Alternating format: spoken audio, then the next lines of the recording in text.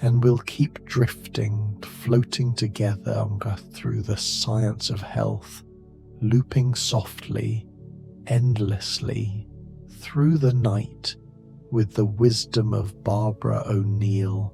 Tonight we'll drift through the cellular dance of magnesium and sodium, the quiet alchemy of Celtic salt, the deep restoration of the nervous system. There's nothing you need to do now. Just let your body sink, heavier, heavier. Feel the mattress holding you, every muscle softening, your heartbeat slowing, thump, thump, matching the rhythm of regeneration itself. Shoulders melting down, jaw releasing, each breath pulling you deeper, deeper into the calm, the quiet, the dark. If this health learning video helps you rest, tap subscribe, comment, and hit like, so others can find this calm too, but only if your eyes are still open. Otherwise, just drift. Now, let's drift into the mineral balance and rest. Imagine for a moment that your body is an ancient ocean contained within skin, every cell floating in a private sea, minerals dissolved like stars in dark water. And tonight, we're learning the language of that inner ocean, the way it speaks in whispers of sodium and potassium, magnesium and calcium, a conversation older than words, older than thought. Celtic sea salt, not the white crystal sharpness of table salt, but something drawn from the edge of the world, where Brittany meets the Atlantic, grey as twilight, slightly damp, carrying within it the memory of 90 minerals, like holding a handful of ancient seabed, each tiny crystal a library of trace elements, the magnesium that whispers to your heart, the potassium that steadies your nerves, the zinc that guards your immunity, the selenium that protects each cell, table salt, that pure white tower, is sodium chloride stripped bare, heated until all life burns away, bleached, anti-caking agents added, like trying to drink from a desert, when what your cells remember is the living sea. But Celtic salt arrives grey and humble, carrying within it the full symphony of what your body recognizes as home.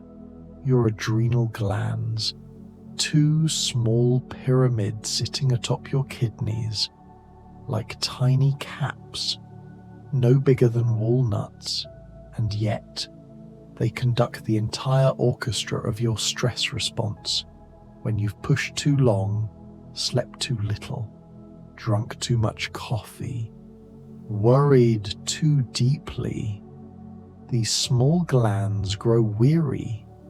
They're meant to surge with cortisol in moments of true danger, but modern life keeps them playing fortissimo when they should be resting in pianissimo.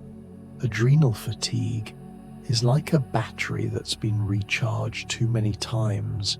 It starts to hold less and less. You wake tired. You need stimulants.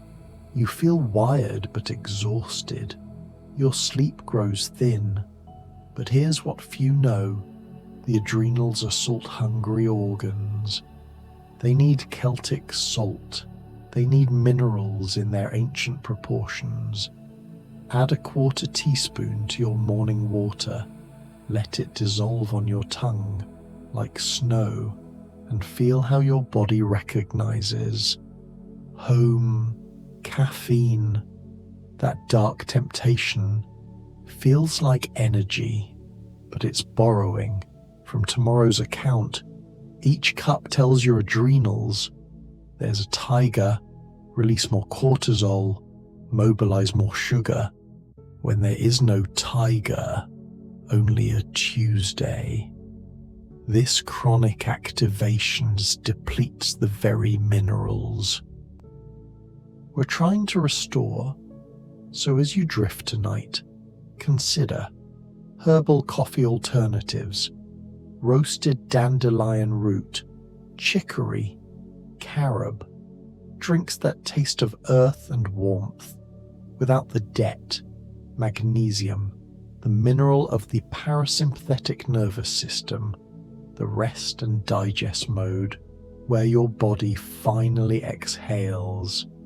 Most people are deficient because stress depletes it, because soil is exhausted, because water is filtered clean of minerals and dirty with chemicals.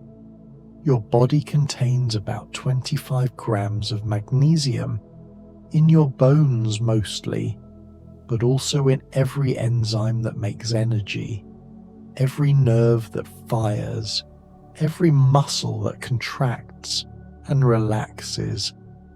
Without enough, your eyelid twitches, your legs cramp at night, your heart flutters, your mind races. Magnesium oil isn't really an oil. It's magnesium chloride dissolved in water until it feels slippery, silky, like liquid calm. Spray it on your belly, your feet, the backs of your legs before bed. Let it absorb through your skin, bypassing your digestive system, going straight into your cells. Some people feel a tingling, a slight itch. That's minerals finding their way into a body that has been calling for them, like rain on parched earth. You can also soak in Epsom salt baths, magnesium sulfate, hot water opening your pores, minerals seeping in while you float, weightless. Let the water hold you, the way you're letting this bed hold you now. Feel your muscles releasing, layers upon layers upon layers. Soaking for 20 minutes is like a reset button for your nervous system. And while we're speaking of things placed upon skin, there is the ancient practice of castor oil packs. Castor oil, thick, viscous, gold as honey, pressed from the seeds of the ricinus communis plant. It has been used for millennia in Egypt, in India, in healing temples everywhere. Place it on a cloth, lay it across your liver, on your right side beneath your ribs. Cover it with plastic, add heat, a hot water bottle, and lie there for an hour.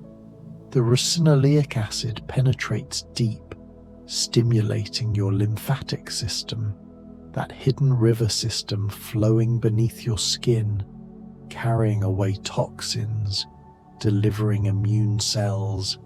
The liver, your body's great filter, processing everything you eat. Breathe, think, needs this support, this gentle encouragement to release what it's been holding. Your liver detoxification happens in 2 phases, like a 2-stage water filter. Phase 1 transforms toxins, making them water-soluble, but temporarily more reactive. Phase 2, conjugation, packages them for removal. This requires minerals, amino acids from protein, and particularly sulfur compounds, found in garlic, onions, cruciferous vegetables, those dark leafy greens. Speaking of greens, Raw vegetable juicing takes living plants and releases their mineral essence into liquid form. A glass of fresh celery juice, first thing in the morning, before food, floods your system with sodium cluster salts, not table salt, but living sodium that restores your stomach acid, hydrates at a cellular level, clears brain fog like morning mist burning away. Celery, that humble stalk, pale green, mostly water, contains within it a pharmacy, minerals in colloidal suspension, compounds that calm inflammation, that support your adrenals, that strengthen your stomach lining. 16 ounces on an empty stomach. Wait 20 minutes. Let it work its quiet magic. And beetroot juice, deep crimson, purple as twilight, contains betaine, which supports both liver detoxification and stomach acid production. The pigments called betalains are potent antioxidants. Beets improve blood flow, boost oxygen to your brain, support your kidneys' infiltration. That dark urine after eating beets is just pigment, a harmless painting, your body expressing its art. Dark leafy greens, kale, collards, Swiss chard, spinach in moderation, dandelion, all contain a wealth. Calcium in forms your body recognizes, unlike rock-based supplements. Magnesium at the heart of chlorophyll, that green molecule nearly identical to hemoglobin, except where hemoglobin holds iron, chlorophyll holds magnesium, as if plants and people are mirrors, one breathing out what the other breathes in. Cruciferous vegetables as broccoli, cabbage, Brussels sprouts, cauliflower. These contain sulfur compounds that support your liver's phase 2 detoxification. They also contain compounds called glucosinolates, which when chewed form substances like sulforaphane. Sulforaphane activates your body's own detoxification enzymes, like teaching your cells to clean themselves rather than doing the cleaning for them. But refined sugar, that white powder, as addictive as any substance, must be eliminated, or at least severely restricted. Sugar feeds inflammation, depletes your mineral stores. Cruciferous vegetables, broccoli, cabbage, Brussels sprouts, cauliflower. These contain sulfur compounds that support your liver's phase 2 detoxification. They also contain compounds called glucosinolates, which when chewed, form substances like sulforaphane. Sulforaphane activates your body's own detoxification enzymes, like teaching your cells to clean themselves rather than doing the cleaning for them. But refined sugar, that white powder, as addictive as any substance, must be eliminated, or at least severely restricted. Sugar feeds inflammation, depletes your mineral stores, especially chromium and magnesium. It spikes your blood sugar, forcing your pancreas to surge with insulin. Then your blood sugar crashes and you crave another hit.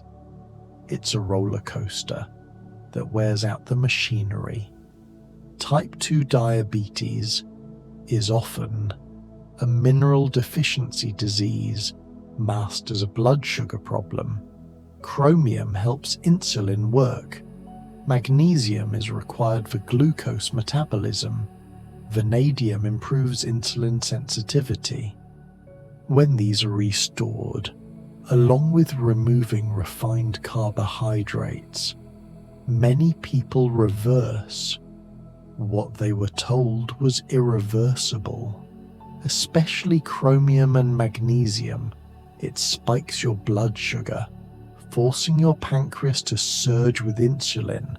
Then your blood sugar crashes and you crave another hit. It's a roller coaster that wears out the machinery. Type 2 diabetes is often a mineral deficiency disease, masked as a blood sugar problem. Chromium helps insulin work. Magnesium is required for glucose metabolism. Vanadium improves insulin sensitivity. When these are restored, along with removing refined carbohydrates, many people reverse what they were told was irreversible. Instead of white sugar, use stevia, that green herb from South America, hundreds of times sweeter than sugar, with no glycemic impact, or small amounts of blackstrap molasses, the dark syrup left after sugar refining, containing the minerals stripped away: iron, calcium, magnesium, potassium. A tablespoon holds the treasury that sugar processing throws away. Dates, figs, apricots, these concentrated fruits provide sweetness, along with minerals and fiber.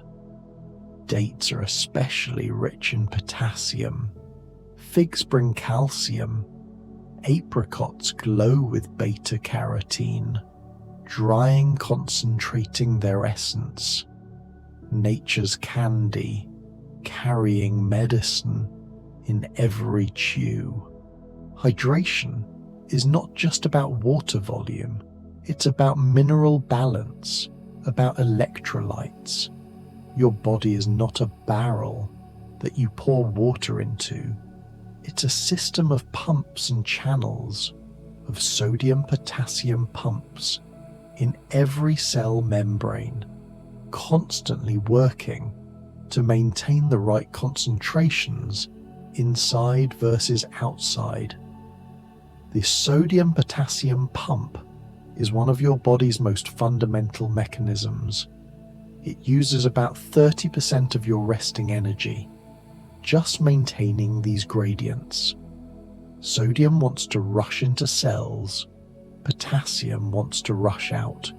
The pump, powered by ATP, keeps 3 sodium ions flowing out for every 2 potassium ions flowing in. This creates the electrical potential that allows nerves to fire, muscles to contract. Hydration is not just about water volume, it's about mineral balance, about electrolytes. Your body is not a barrel that you pour water into.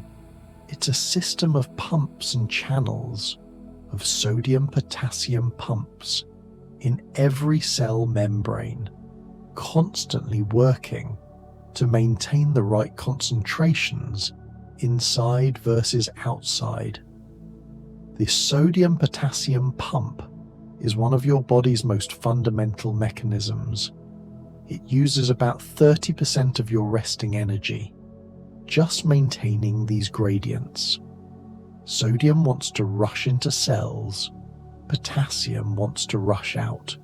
The pump, powered by ATP, keeps 3 sodium ions flowing out for every 2 potassium ions flowing in. This creates the electrical potential that allows nerves to fire, muscles to contract. These maintain the inner ocean of your cells, keeping them swollen, turgid, alive. Evening primrose oil, those small yellow flowers opening in twilight, contain gamma-linolenic acid, an omega-6 fatty acid, but a rare and helpful one. It supports cell membrane integrity, helps with hormonal balance, reduces inflammation. Your cell membranes are not rigid walls, but fluid, like soap bubbles, made of phospholipids with the right fats. They remain flexible, permeable in the right ways, sealed in others. Omega-3 fatty acids from chia seeds, flaxseed meal, walnuts are equally essential. Chia seeds, tiny, speckled, expand in water, forming a gel. They're 13% protein and rich in alpha-linolenic acid, the plant form of omega-3. Soak a tablespoon in water. Watch it become a thick pudding, each seed surrounded by mucilage, soothing as it travels through your digestive tract. Flaxseed meal must be ground because whole flax seeds pass through undigested, their shells too hard, but ground fresh, they release their oils, their lignans, their fiber. 2 tablespoons daily provide omega-3s, support hormonal balance, improve bowel regularity. Add them to smoothies, to oatmeal, to baking. Let them work quietly, invisibly.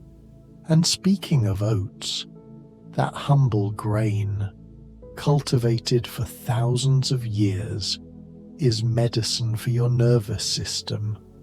Oats contain avenanthramides, compounds found nowhere else, that calm inflammation, lower blood pressure. They're rich in B vitamins, which your nerves need to manufacture neurotransmitters. A bowl of oatmeal, slow cooked, not instant, with cinnamon and soaked walnuts, is breakfast. As therapy, brown rice retains its bran and germ, unlike white rice, polished bare. Brown rice brings B vitamins, minerals like manganese, fiber. The germ contains gamma-oryzanol, which lowers cholesterol, supports muscle growth during exercise. In Asian countries where rice is primary, switching from brown to white created epidemics of beriberi, a thiamine deficiency. The food knows what the body needs. If we don't refine away the wisdom, processed flours, stripped, bleached, enriched, which really means impoverished, then given back a fraction of what was stolen. These cause blood sugar spikes, provide empty calories, no minerals, no life force. Sprouted grains, on the other hand, are seeds awakened. The process of sprouting increases enzymes as makes minerals more bioavailable, breaks down phytic acid, that anti-nutrient, which binds minerals, making them unavailable. Quinoa is not truly a grain, but a seed, complete protein, all 9 essential amino acids, rich in magnesium, manganese, folate, from high in the Andes, where it sustained civilizations. Rinse it well to remove saponins, those bitter compounds that protect the seed from birds. Then watch it cook, tiny spirals appearing like galaxies, forming in your pot. Buckwheat, despite its name, contains no wheat, no gluten. It's related to rhubarb. The seeds, when toasted, are called kasha, nutty, earthy. Buckwheat contains rutin, a bioflavonoid that strengthens blood vessel walls, improves circulation. In countries where buckwheat is common, cardiovascular disease is less common. Millet, golden, tiny spheres, one of the oldest cultivated grains, rich in magnesium and easy to digest. The staple in parts of Africa where it grows, even in drought. Millet is alkaline forming, despite being a grain. It supports your digestive system, your nervous system. Cook it like rice, or let it cool into porridge. Rye, dark, dense, makes bread that sustains. High in fibre, more than wheat. Rich in minerals. Rye bread, real sourdough rye, is slow to digest, provides steady energy, prevents blood sugar spikes. In Scandinavia, where rye is tradition, they have some of the best health outcomes. Perhaps the bread knows something. Legumes, beans, lentils, chickpeas, split peas are protein treasures. For those eating plant-based, they're also rich in minerals, iron, magnesium, potassium, folate, and fibre, so much fibre, that feeds your microbiome, those trillions of bacteria in your gut that influence everything from your immune system to your mood to your metabolism. Soak your legumes overnight, discard the water. This reduces phytic acid, makes them more digestible, reduces gas. Add kombu seaweed. When cooking, the glutamic acid in kelp breaks down the complex sugars that cause bloating, and the iodine supports your thyroid. Hummus, that Middle Eastern staple. Chickpeas blended smooth with tahini, lemon, garlic, is concentrated nutrition, protein and minerals from the chickpeas, calcium and healthy fats from sesame tahini, garlic bringing its sulfur compounds, its allicin, that natural antibiotic, lemon providing vitamin C, and together, a food that stabilizes blood sugar, satisfies hunger, supports health. Iodine, that element, essential for thyroid hormone production, is scarce inland, abundant near oceans. Your thyroid, that butterfly-shaped gland in your throat, requires iodine to make T3 and T4, the hormones that set your metabolic rate. Without enough, you feel cold, tired, your hair thins, your thinking slows, weight creeps up. Seaweed, kelp, nori, wakame, dulse. These ocean vegetables are the richest sources. A sprinkle of kelp powder on your food provides iodine, along with a full spectrum of trace minerals. The ocean contains every mineral in dilute form. Seaweed concentrates them. Eating seaweed is eating distilled ocean, dandelion root. That plant people spray as a weed is actually medicine. The root, when roasted, makes a coffee-like drink, earthy, slightly bitter. It supports liver detoxification, acts as a gentle diuretic, supports kidney function. The leaves are among the most nutrient-dense. Salad greens, more calcium than milk, more iron than spinach, and free, growing in untreated lawns. Nettle leaf, those plants that sting, when touched, become gentle when dried or cooked. Nettle infusions, steeping a full cup of dried leaves in a quart of hot water for 4 hours or overnight, create a dark green, mineral-rich drink. Nettles bring iron, calcium, magnesium, silica for hair and nails. Drink it cool or warm, feeling like liquid earth. Red raspberry leaf, for women especially, but men too. Strengthens the uterus, tones tissues, provides fragmented minerals. Drink it through pregnancy, through life. It tastes like regular tea, but milder.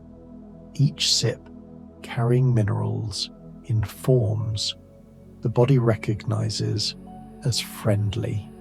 Peppermint tea, after meals, relaxes the smooth muscles of your digestive tract, allows your stomach to release its contents into your intestines at the proper pace. The menthol, cooling, calming, helps with bloating, with discomfort, with that too full feeling, and the aroma alone signals to your nervous system, all is well, digest now. Chamomile, those small flowers like tiny suns, contain a pigeonin, a compound that binds to benzodiazepine receptors in your brain, the same receptors that anti-anxiety medications target, but gently, softly, without dependence. Chamomile asks your nervous system to soften. A cup before bed is ritual, is medicine, is grandmother wisdom passed down. Valerian root smells terrible, like old socks, but works beautifully for sleep. It increases GABA, that calming neurotransmitter, making it harder for neurons to fire, quieting the electrical storm that keeps you awake. Take it an hour before bed. Be patient with it. Sometimes it works immediately. Sometimes it needs a few days to build up. Passion flower, twining vine, with flowers like mandalas, reduces anxiety, improves sleep quality. Studies show it works, as well as benzodiazepines. For some people, with none of the side effects. The name from Spanish missionaries who saw in the flower symbols of Christ's passion, but its power is older, indigenous, skullcap, for anxiety that keeps you wired, nerves that won't settle, thoughts racing. Skullcap is a nervous system trophorestorative, which means it actually repairs and strengthens your nerves, not just masking symptoms, but healing the system. Take it daily for weeks. Watch your baseline shift toward calm, hops. Yes, like in beer, but the sleepy effect isn't from alcohol. It's from the hops themselves. The bitter acids, the oils, have sedative properties. A hop pillow, dried hop flowers, in a small bag next to where you sleep, releasing their soporific scent through the night, has been used for centuries. Catnip tea, the same plant that makes cats euphoric, makes humans deeply calm. It's in the mint family, gentle, safe even for children. A cup of catnip tea for adults brings quiet to the nervous system, helps with anxiety, with insomnia, with digestive upset, nature's duality. excitement for cats, peace for people. The parasympathetic nervous system is your body's rest and digest mode. The vagus nerve, that wandering nerve, traveling from your brainstem to your abdomen, touching your heart, your lungs, your digestive tract. When the vagus nerve is toned, active, your heart rate variability increases. This means your heart speeds up slightly on the inhale, slows on the exhale. This variability is a sign of resilience, of health. Deep breathing activates the vagus nerve, long, slow exhales especially.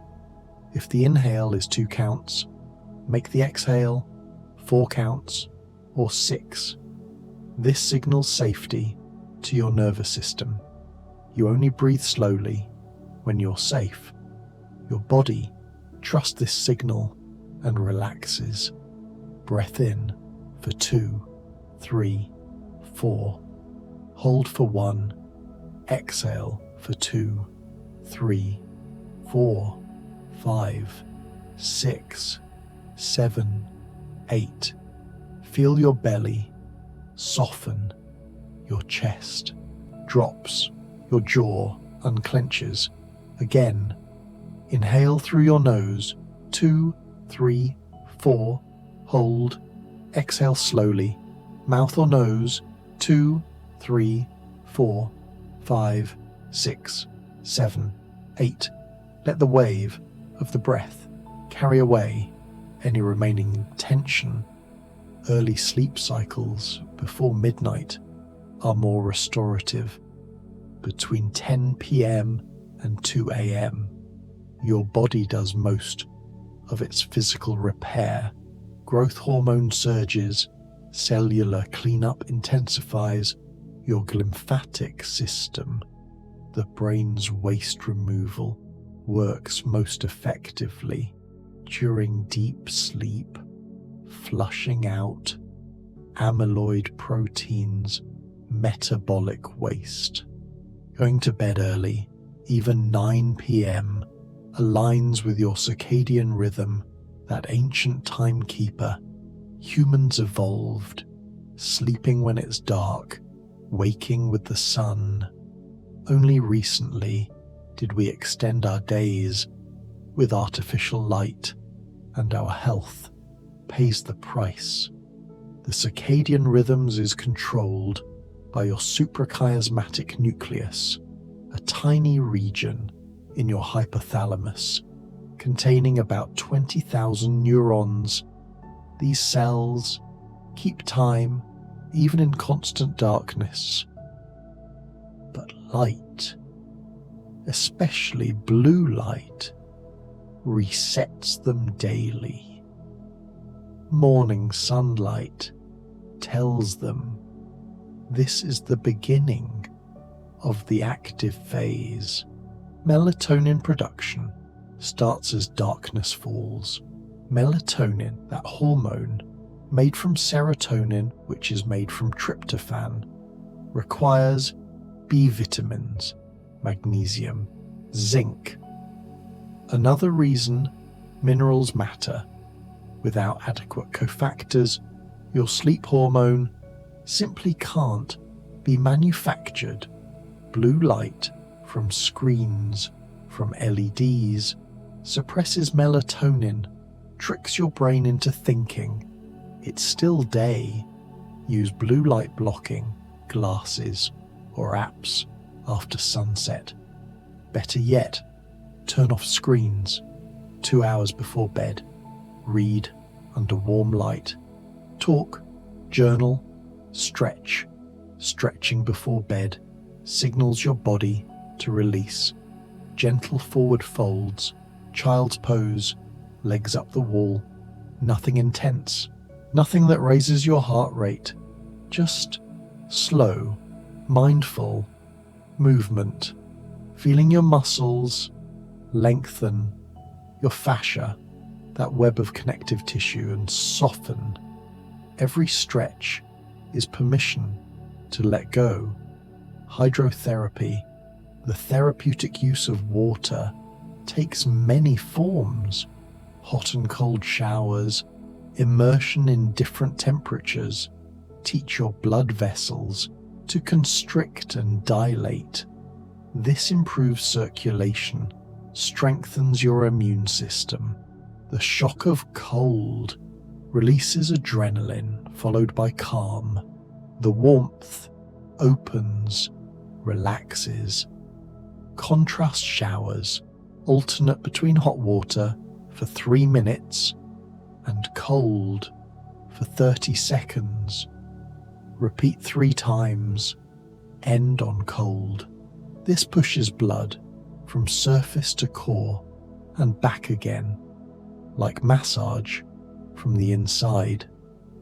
Some people find their depression lifts, their energy improves.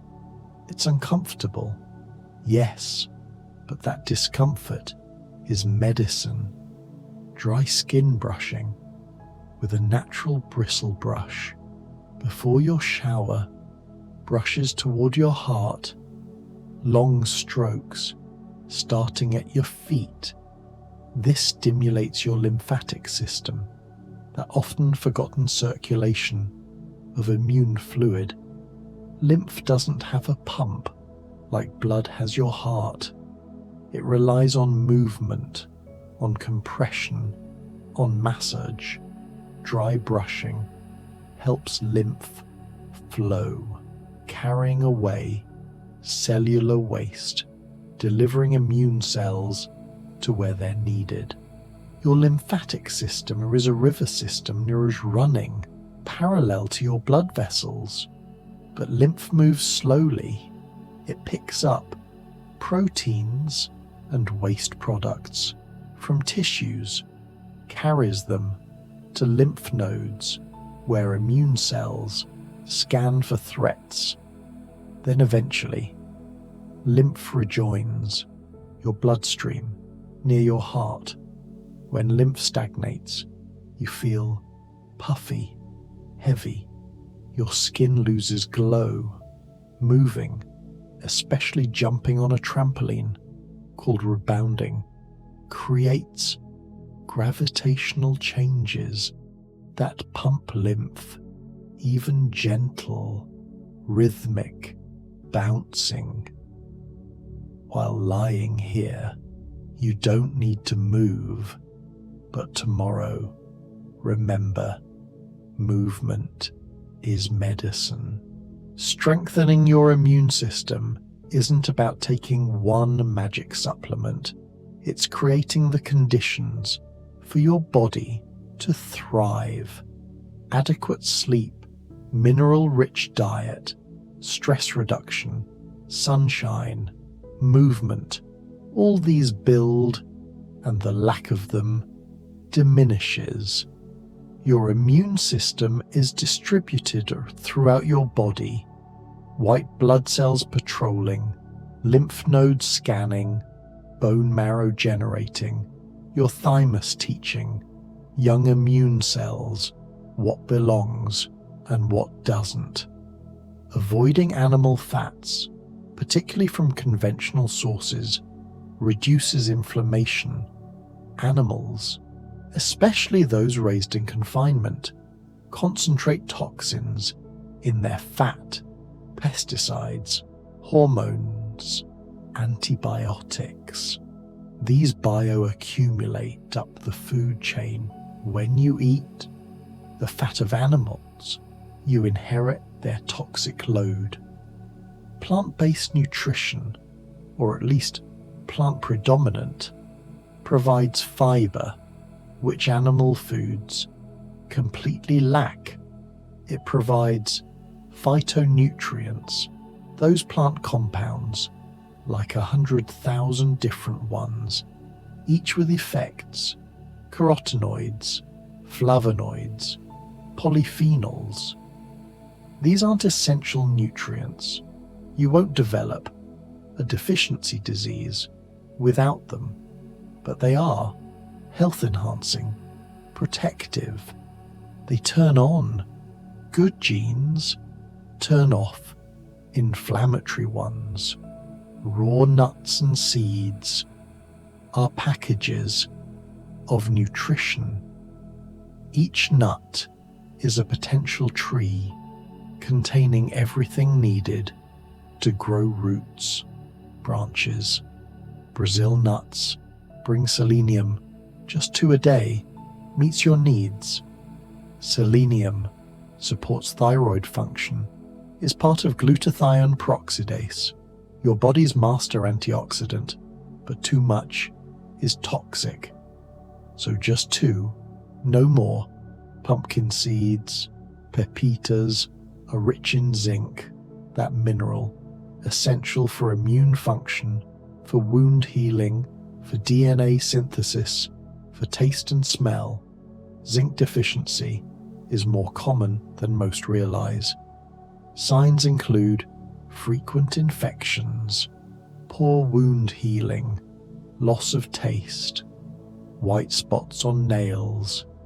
A 1/4 cup of pumpkin seeds provides substantial zinc, and they're delicious, slightly nutty, lightly toasted with Celtic salt. Sunflower seeds bring vitamin E, that fat-soluble antioxidant protecting your cells from oxidative damage. Vitamin E works in lipid membranes, where vitamin C, which is water-soluble, cannot go. Together, they're partners, water-soluble and fat-soluble, covering all territories. Walnuts look like little brains, and coincidentally, as they're store or not, are excellent for brain health. Rich in omega-3 ALA and antioxidants called L-glutanins, walnuts improve cognitive function, support mood, reduce inflammation in the brain, every system echoing every other system. Form follows function. Almonds are alkaline forming despite being rich in protein. They bring calcium, magnesium, vitamin E, fiber, and satisfy hunger. A small handful, 15 almonds, is a perfect snack. Stabilizes blood sugar, provides sustained energy without the crash. Sesame seeds, particularly when ground into tahini, provide calcium in quantities that surprise people. 2 tablespoons of tahini contains more calcium than 1/3 of a cup of milk, plus magnesium, plus healthy fats, plus that unique, nutty, rich taste. Avocado, that green fruit, is mostly fat, healthy monounsaturated fat, the same type in olive oil. This fat doesn't raise inflammation, doesn't oxidize easily. Avocados also bring potassium, more than bananas, and fiber and folate. They make you feel satisfied, full in a gentle way.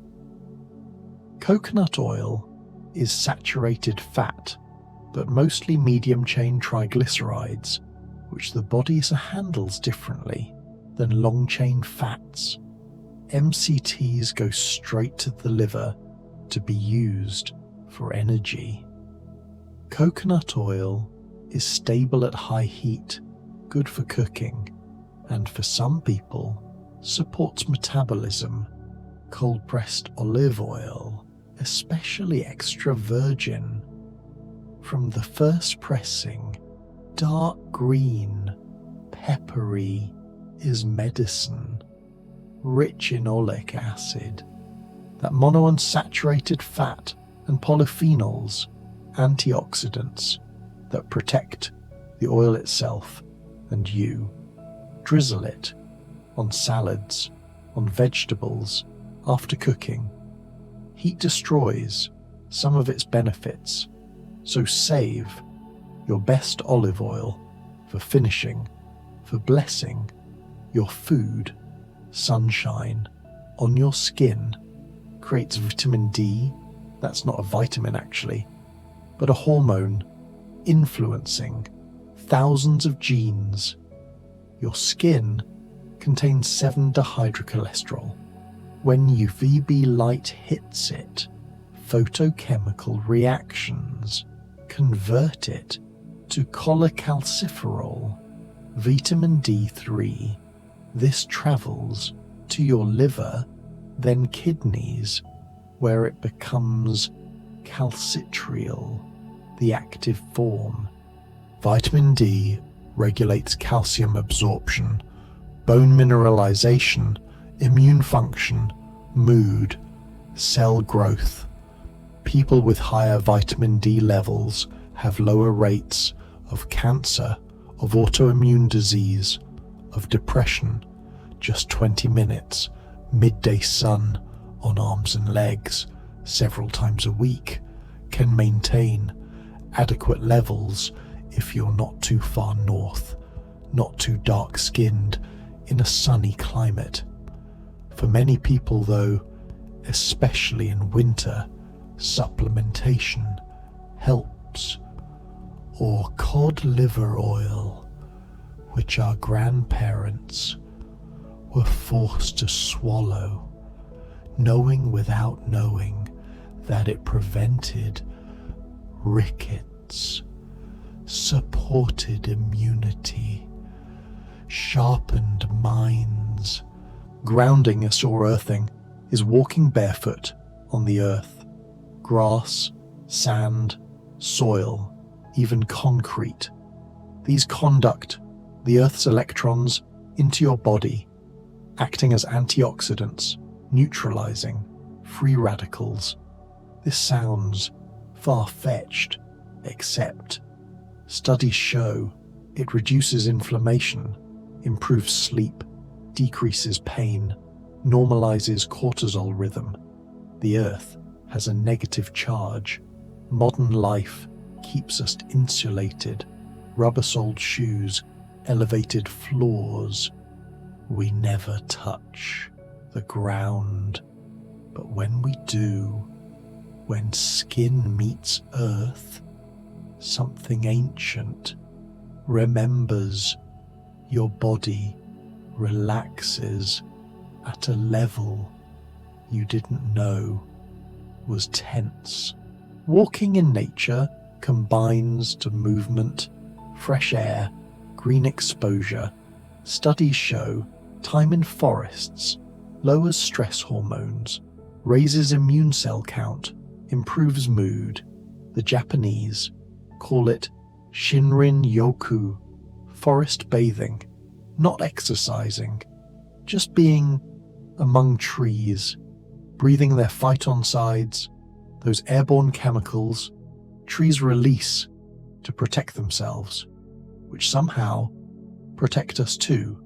Pure air is increasingly rare. Indoor air is often worse than outdoor. Off-gassing from furniture, carpets, paint, dust, mold, open windows, cross-ventilation, houseplants, spider plants, pothos, snake plants absorb some toxins. An air purifier with HEPA filter and activated carbon removes particle and chemicals. You spend a third of your life in your bedroom. Make that air as pure as possible. Reducing electromagnetic stress is controversial because industries have much to lose, but sensitive individuals notice effects, headaches, fatigue, sleep disruption. Turn off Wi-Fi at night. Keep phones away from your bed. Use airplane mode. The long-term effects of constant RF exposure are unknown. We are the experiment. But until we know, precaution seems wise. Temperance in all things is an old concept from the 8 laws of health nutrition, exercise, water, sunlight, temperance, air, rest, and trust in divine power. These 8 cover everything needed for optimal health. Temperance means moderation, avoiding extremes, avoiding harmful substances entirely, living in balance, not too much, not too little. The middle way, trust in divine power or higher power, or simply trust in the body's innate wisdom. Relieve some burden. You don't have to figure everything out, control everything. Your body knows how to heal when given the right conditions. Your job is to provide those conditions, then step back and trust the intelligence that beats your heart and digests your food and repairs your cells. You don't have to micromanage the infinite complexity of being alive. The healing power of rest is underestimated in modern culture. Rest is seen as laziness, as wasted time. But during rest, your body rebuilds, repairs, consolidates memory, processes emotion, strengthens immunity. Without adequate rest, you're running on fumes. Everything works, but poorly. Total physiological rest means deep sleep, meditation, gentle restorative activities. It means not pushing through exhaustion, not glorifying busyness. Every spiritual tradition includes periods of rest, Sabbath, siesta, fasting from activity, not because they were lazy, but because they understood rest is productive in ways activity is not. Calcium and phosphorus balance as in your body is carefully regulated. Too much phosphorus from meat, from soda, from processed foods disrupts this balance, leads to calcium being pulled from bones. Osteoporosis isn't just calcium deficiency, it's calcium phosphorus imbalance. It's lack of vitamin D and K2. It's high acid load from poor diet. It's lack of weight-bearing exercise. Your bones aren't static. They're constantly remodeling. Osteoclasts break down old bone. Osteoblasts build new bone. This process requires minerals, vitamins, hormones in proper balance. Bone health is achieved not through calcium supplements alone, but through whole food sources, leafy greens, sesame seeds, bone broth, and weight-bearing movement that signals bones they're needed. They must stay strong.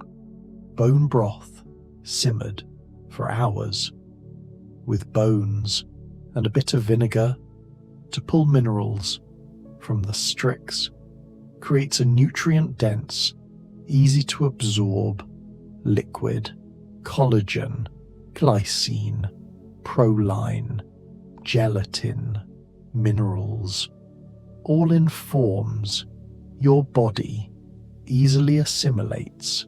A cup of broth is like a hug for your gut, your joints, your skin. The gut lining that requires constant repair because it's constantly damaged by the very process of digestion. Slippery elm comes from the inner bark of the elm tree.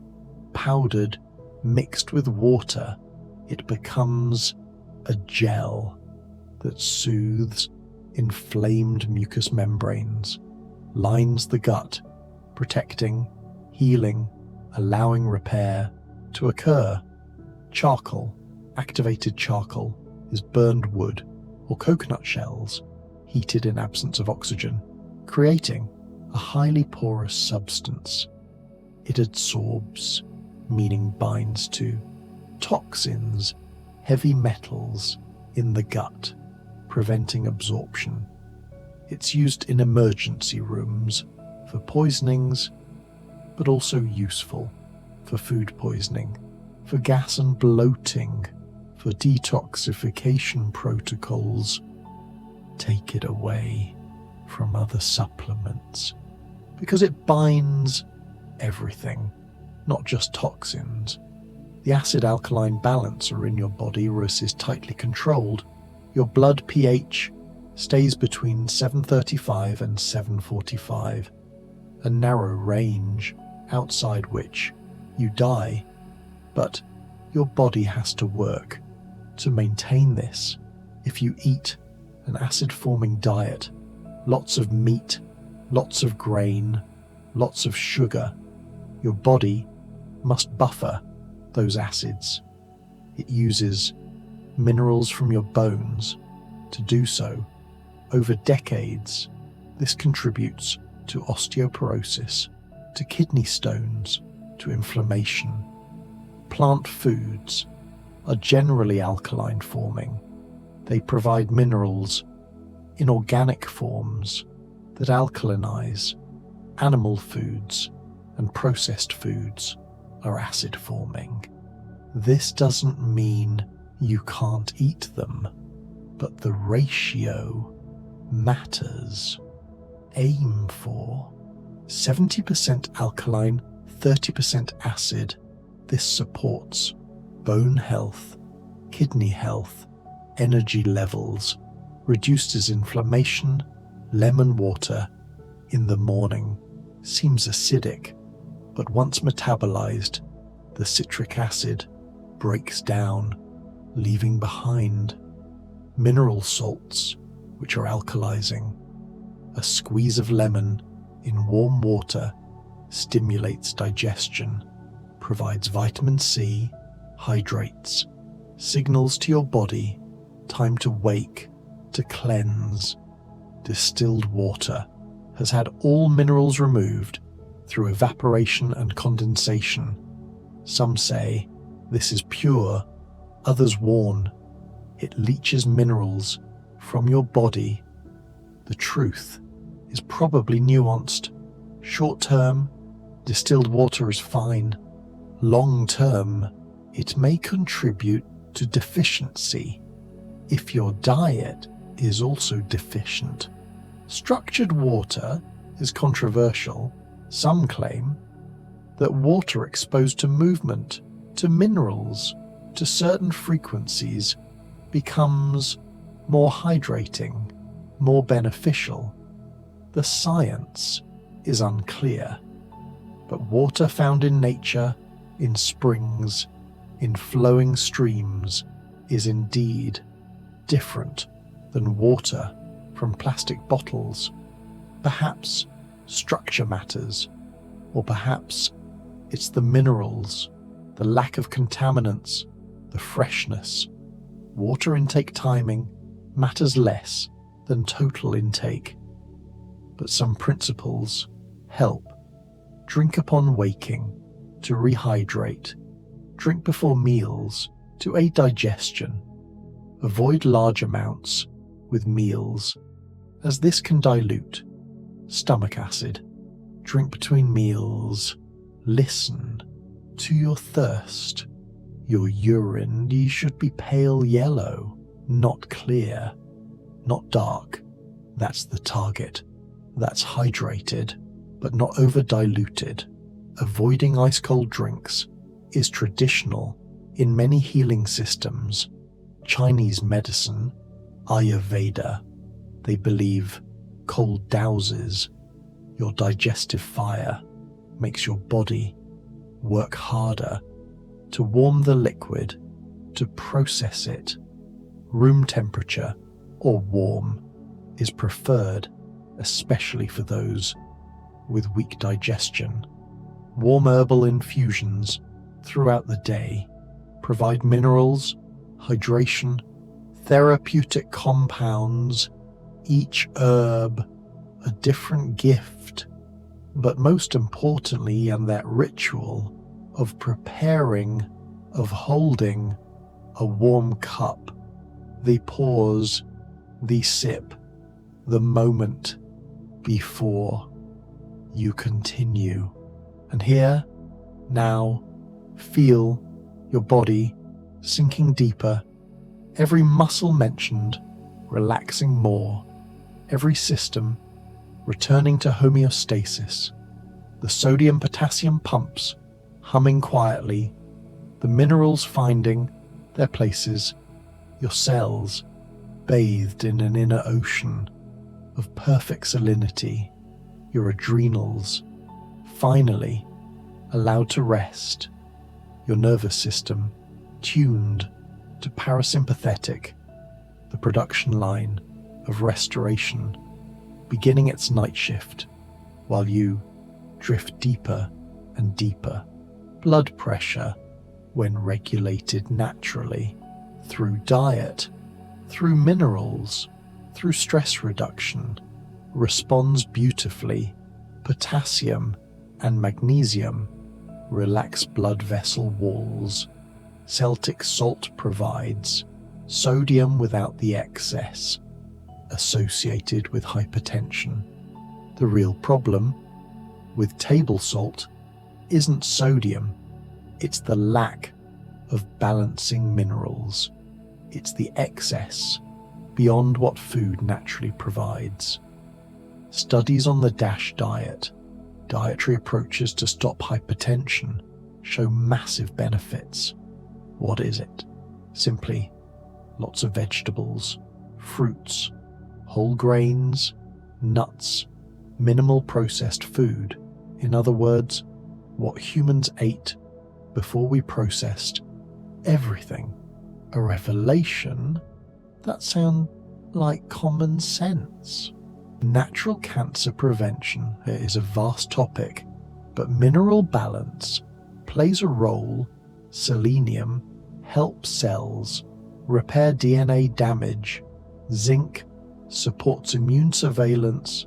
Iodine prevents breast and prostate cancer. Magnesium supports hundreds of enzyme reactions that keep cells functioning properly. No single thing prevents cancer, but creating conditions of optimal nutrition, optimal detoxification, low inflammation, reduced oxidative stress dramatically lowers risk. Kidney filtration happens continuously. Your kidneys contain about 1 million nephrons each, tiny filtering units. They filter 150 quarts of blood per day, reabsorbing what's needed, excreting what's not, maintaining fluid balance, electrolyte balance, acid-base balance. When kidneys fail, the consequences are dire. Dialysis or transplant are needed. Supporting kidney health means adequate hydration, avoiding excess protein, especially from animals, managing blood pressure, maintaining healthy blood sugar. Certain herbs like nettle, dandelion, parsley support kidney function gently. But the best approach is lifestyle, prevention rather than treatment. Lung health depends on air quality, obviously, but also minerals and antioxidants to protect the delicate lung tissue from oxidative damage, to thin the mucus so cilia can clear it, to prevent inflammation that narrows airways. Deep breathing exercises expand all 5 lobes. They prevent stagnation. They strengthen respiratory muscles, oxygen is the coin of the realm in cellular energy. Your mitochondria take glucose and oxygen and create ATP. Without oxygen, cells switch to fermentation, producing lactic acid, far less energy. This is why anemia, low hemoglobin, causes fatigue. Oxygen can't reach cells. Energy plummets. Iron from plant sources requires vitamin C to absorb. Animal heme iron absorbs easily but may promote oxidative stress, excessive levels. Plant non-heme iron is gentler, regulated. Eat lentils with lemon, spinach, with tomatoes, blackstrap molasses on oatmeal.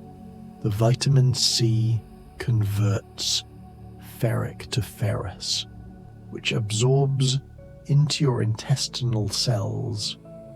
Brain fog and mineral deficiency, especially magnesium, the zinc, and iron, are closely linked. Your brain uses 20% of your body's energy, despite being only 2% of body weight. It's metabolically expensive to think, to remember, to process. Without adequate minerals for neurotransmitter production, for mitochondrial function, the brain struggles. Muscle cramps, especially at night, are often magnesium or potassium deficiency or dehydration or electrolyte imbalance. The muscle contracts but can't relax. That painful, involuntary contraction. A teaspoon of Celtic salt in water before bed can prevent this. The minerals are telling muscles it's safe to fully relax.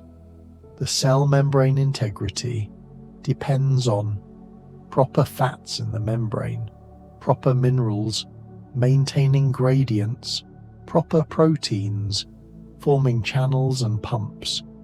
When membranes are healthy, cells work. Nutrients enter, waste leaves, signals are received. But when membranes get damaged from trans fats, from oxidation, from toxins, everything breaks down. Whole food, as close to its natural state as possible, contains the cofactors needed to metabolize it. An orange contains vitamin C, but also bioflavonoids that enhance vitamin C's action. Magnesium in spinach comes with vitamin K, folate, other nutrients that work synergistically. This is why supplements can never fully replace real food. Chewing food thoroughly breaks it down mechanically, starts digestion with salivary enzymes. Most people eat too fast, swallow before properly chewing. This burdens the stomach and intestine with work that should have been done in the mouth. Chew each bite 20, 30 times.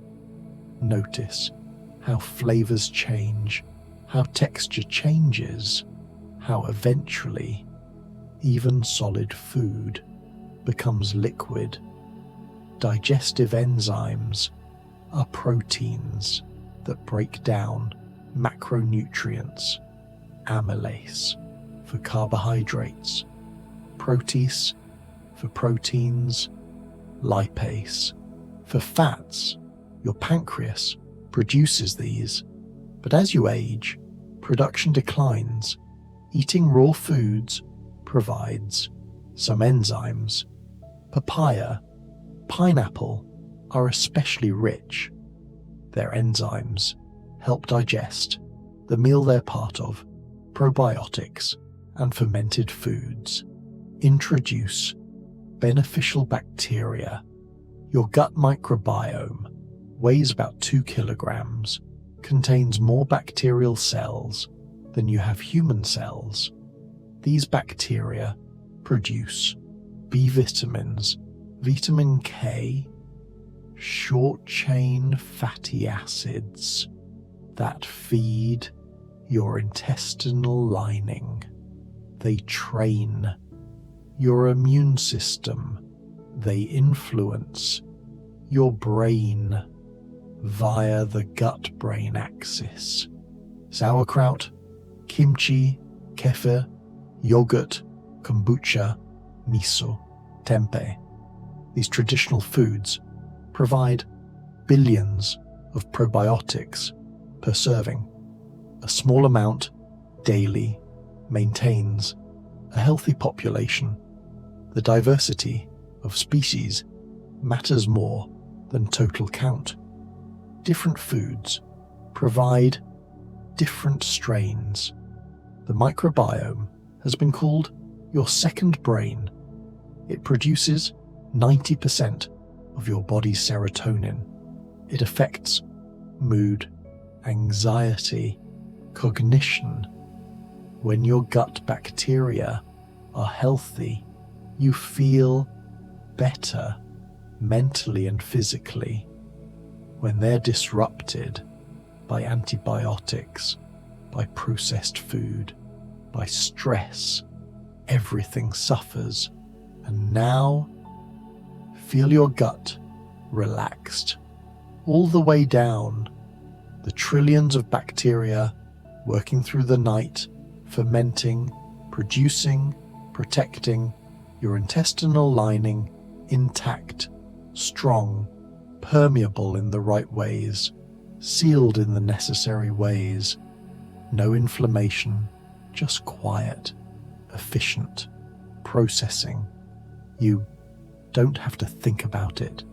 It happens in the dark, beneath awareness. Intermittent fasting isn't starvation. It's allowing time between eating, time for your digestive system and to rest, for autophagy to occur, that cellular cleanup where damaged proteins are broken down, recycled. Fasting for 14 as 16 near 18 hours overnight and morning is safe for most people. You finish dinner at 7. Don't eat until 11 the next day. That's 16 hours. Most of it, you're asleep. During the fast, your body shifts from storing to mobilizing, from glycogen to stored fat, from building to cleaning. Growth hormone increases, inflammation decreases, clarity often increases. Not for everyone, but for many, intermittent fasting is profoundly beneficial.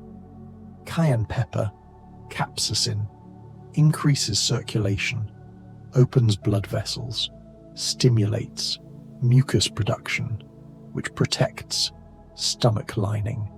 People who eat spicy food regularly have lower rates of death from many causes. Cayenne, added to food or in capsules, warms you from the inside, moves stagnant energy. Garlic, when crushed, forms allicin, that sulfur compound with potent antimicrobial properties. Garlic fights bacteria, viruses, fungi, parasites. It supports cardiovascular health, lowers blood pressure, reduces cholesterol.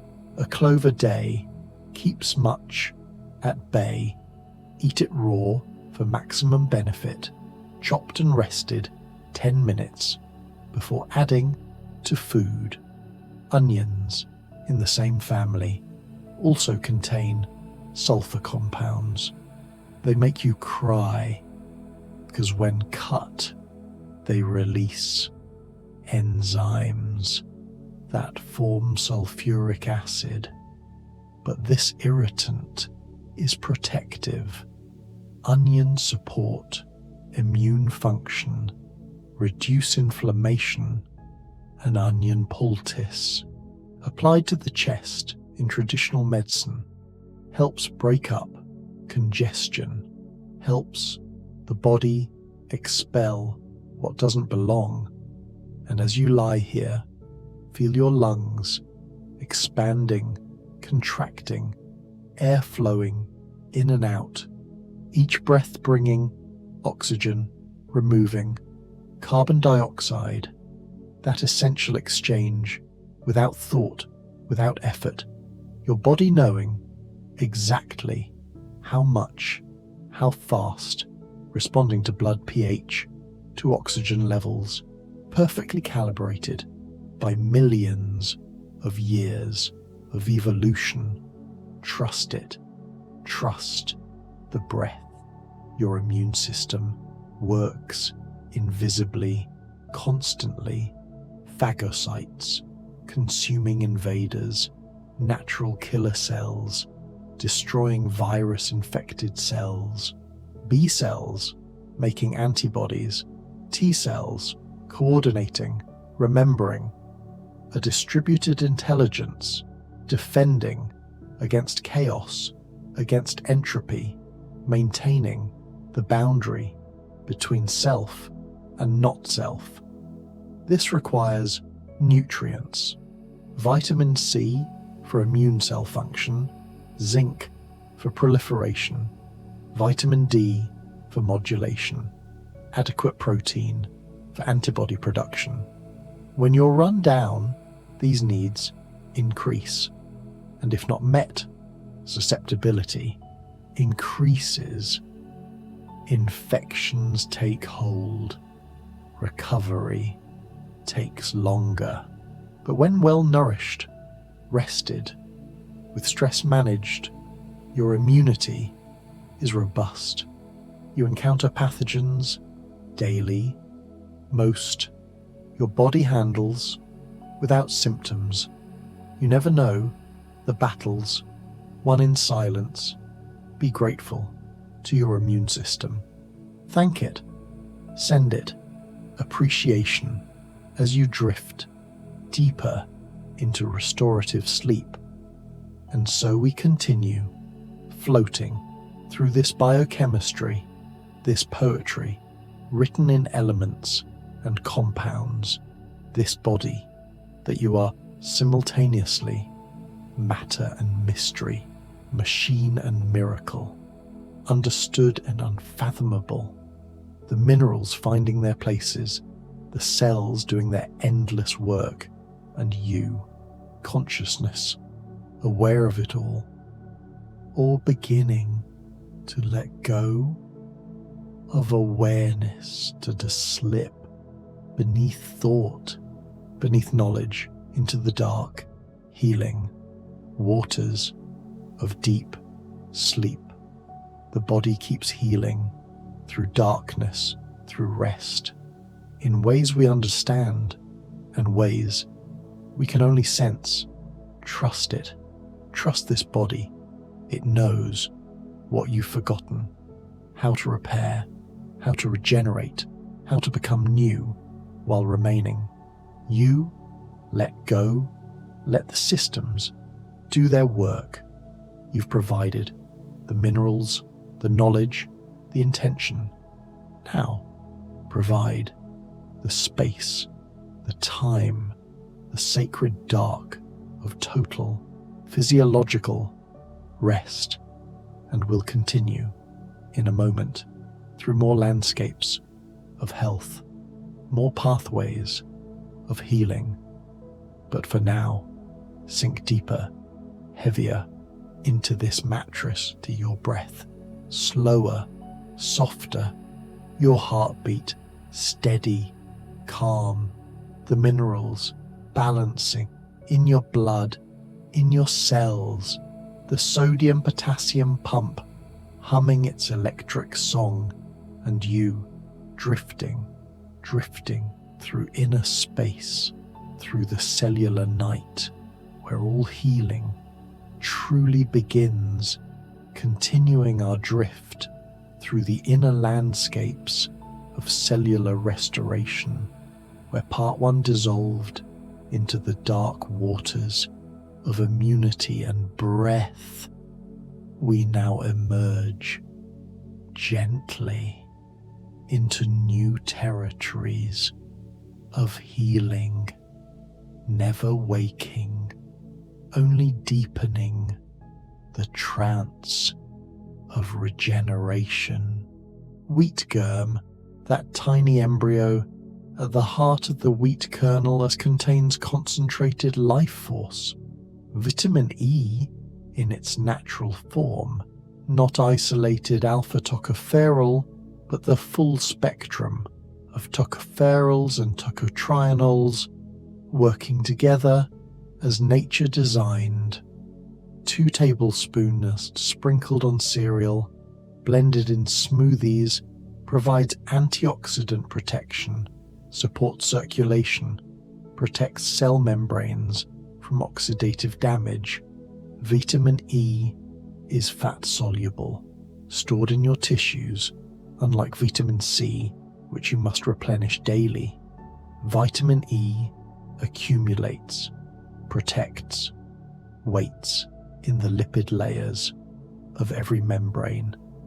When a free radical, that unstable molecule, tries to steal electrons from your cells, vitamin E sacrifices itself, neutralizes the threat. Then, vitamin C regenerates vitamin E so it can work again. Partnership, interdependence, nothing works alone.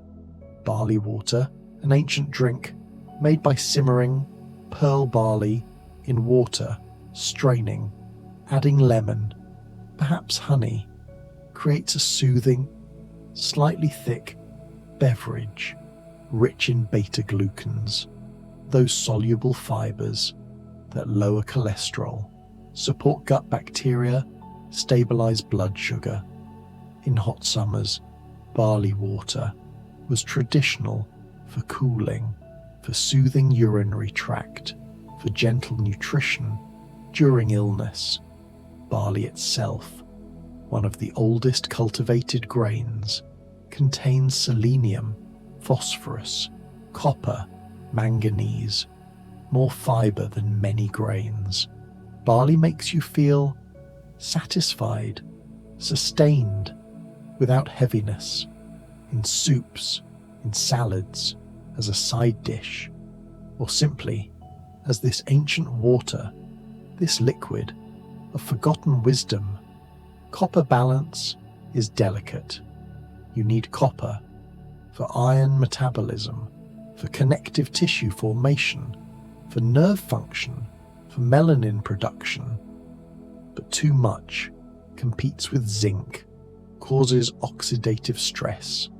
Most people who won't get adequate copper from food, shellfish, nuts, seeds, legumes, dark chocolate.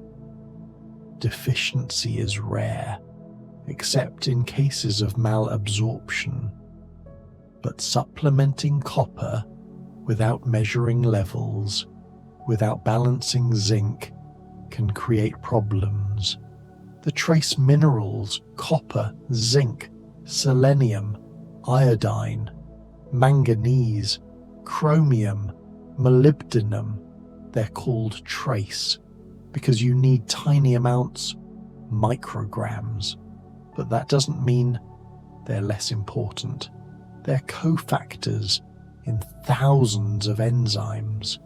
Without them, critical reactions simply don't happen, and deficiency creeps slowly, subtly, until symptoms appear that seem unrelated to nutrition. This is why whole foods matter, why Celtic salt matters, why seaweed matters. They provide the full spectrum. You don't have to know which trace mineral does what. You just have to eat real food, diverse food, food grown in healthy soil or harvested from the ocean. and your body sorts it out with an intelligence far beyond conscious understanding. Carob is often dismissed as fake chocolate, but it's actually its own food, sweet, naturally, from sugars in the pod. No caffeine, no theobromine, those stimulants in cacao. Carob provides calcium, fibre, B vitamins, and a gentle sweetness, without the crash, without the stimulation. For those sensitive to chocolate, for children, for evening snacks, Carob offers satisfaction without interference, with sleep. Real chocolate, dark chocolate, 70% cacao or higher, in small amounts, does provide antioxidants, flavonoids, magnesium, but it also contains caffeine and theobromine, which can disrupt sleep hours later. So if you eat chocolate, do so early in the day and recognize it's a stimulant, not a relaxant, despite how it feels emotionally. Herbal coffee alternatives have become sophisticated. Roasted dandelion root, chicory, carob, maca, ramon nuts blended together create a dark, rich, bitter drink that mimics coffee but supports rather than depletes your adrenals. You can still have your morning ritual, the warmth, the bitterness, the ceremony, without the cortisol spike, without the dependence, without borrowing from tomorrow's energy. Some people give up coffee easily. Others find it one of the hardest habits to break. The addiction is real. Caffeine creates tolerance, withdrawal, dependence, but the addiction is also to the ritual, to the taste, to the identity of being a coffee person. Herbal alternatives honor the ritual while releasing the chemical dependence. Over time, weeks, months, you discover your natural energy, steady, sustainable, real. The act of preparing a warm drink in the morning is grounding. The steam rising, the first sip, it signals to your nervous system, I'm taking care, I'm present, I'm beginning the day. This ritual matters more than the specific beverage. So choose one that supports your nervous system rather than hijacking it. Lemon water. We touched on earlier, but let's go deeper. The lemon, acidic in the mouth, becomes alkaline in the body. It stimulates bile flow, helping your liver release toxins accumulated overnight. The vitamin C supports your immune system. The enzymes begin to wake up your digestion. Warm water, not hot, not cold, just body temperature or slightly warmer. This is gentle. This is supportive. This asks nothing of your system except to wake naturally. Some people add a pinch of Celtic salt to their lemon water. This creates an isotonic drink, similar salinity to your blood, absorbs rapidly, hydrates deeply, restores minerals lost during sleep, through breath, through sweat. 8 hours.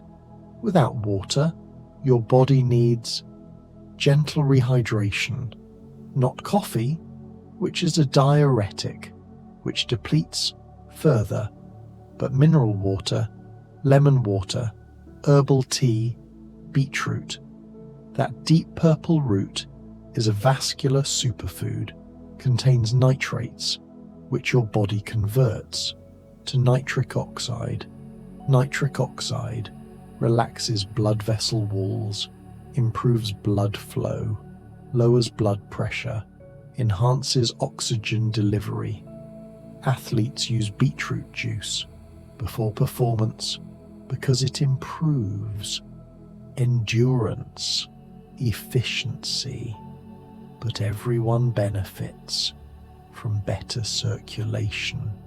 Beets also support your liver's detoxification through compounds called betalins. They're methyl donors helping phase 2 conjugation. Beets build blood, support red blood cell production, though the mechanism isn't fully understood.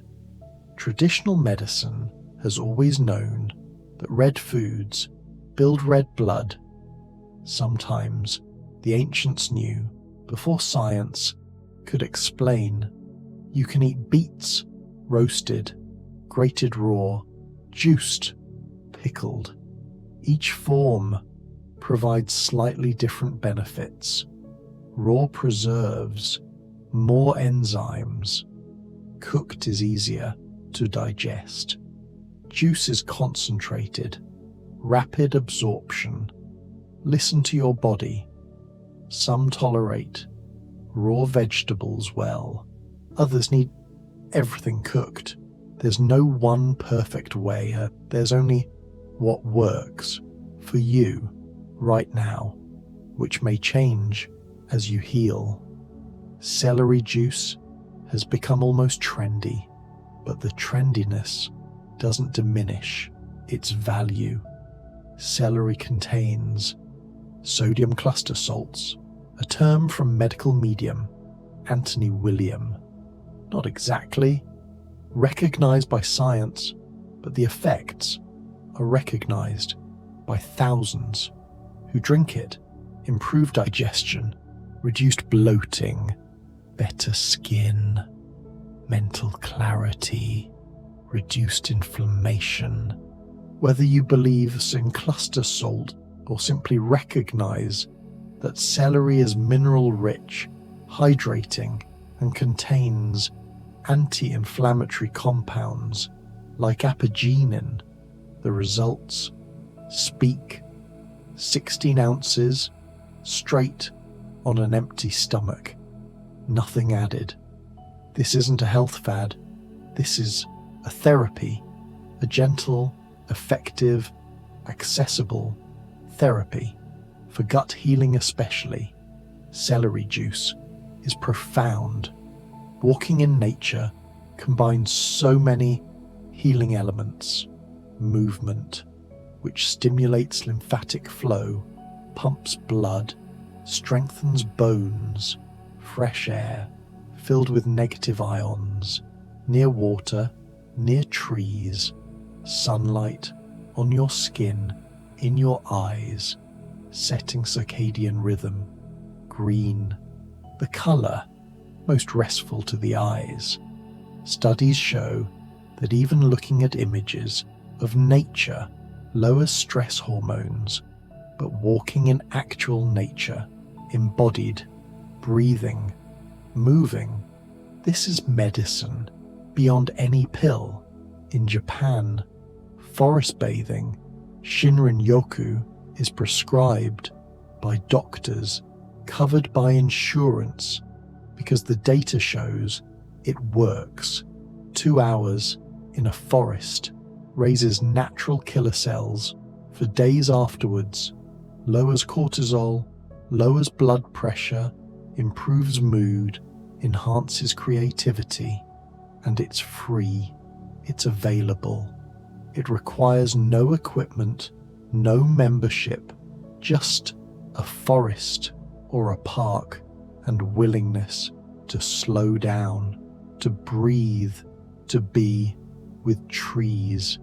The trees are releasing phytoncides, aromatic compounds that protect them from insects, from disease. When you breathe these, your immune system strengthens, as if the trees are sharing their immunity with you. Mycorrhizal networks beneath the soil connect trees, allow them to share resources, information.